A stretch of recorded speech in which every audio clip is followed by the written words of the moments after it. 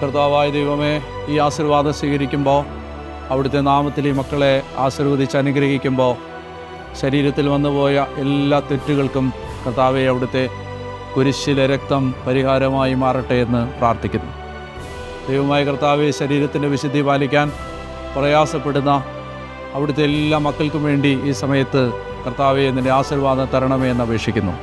ദൈവമായ കർത്താവെ, ദൈവമേ, ശരീരത്തിൽ വിശുദ്ധി പാലിക്കാനും ആത്മാവിൽ നിറവുള്ളവരായി ജീവിക്കാനും ഈ ആശീർവാദം ഞങ്ങളെ സഹായിക്കണമേ. രോഗികൾ സുഖം പ്രാപിക്കണമേ.